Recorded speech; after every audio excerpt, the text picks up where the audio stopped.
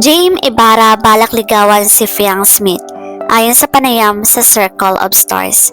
Usap-usapan ngayon sa mundo ng showbiz ang panayam kay Jaime Ibarra sa programang Circle of Stars kung saan inamin niyang may balak siyang ligawan ang kanyang co-star na si Fiang Smith. Ang revelasyong ito ay ikinagulat ng marami lalo na ng kanilang mga tagahanga na matagal nang kinikilig sa kanilang on-screen chemistry.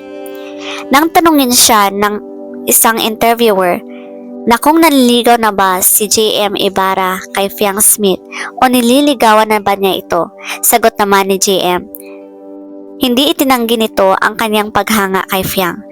Pero focus na muna daw sila sa career at naniniwala naman na darating din tayo sa puntong yun. Ayon sa aktor, matagal na niyang hinahangaan si Fiang, hindi lamang bilang isang mahusay na artista, kundi bilang isang tao. Sagot naman ni Fiang, okay, sabay tawa. Bagamat hindi pa nagbibigay ng opisyal na pahayag si Fiang tungkol sa revelasyong ito, maraming netizens ang umaasang magiging positibo ang kanyang sagot. Sa kanilang mga past interviews, madalas din purihin ni Fiang si JM na nagpapahiwating na malapit sila sa isa't isa.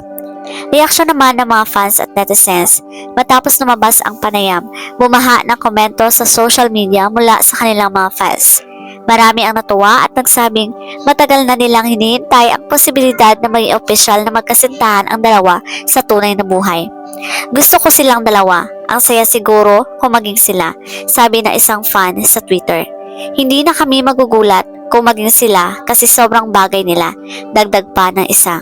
Habang wala pang opisyal na kumpirmasyon mula kay Fiang, siguradong patuloy na tututukan ng kanilang mga tagahanga ang bawat update tungkol sa kanila. Totoo na nga kaya ang the real love story ni Jaime Ibarra at Fiang Smith? Abangan na lang natin.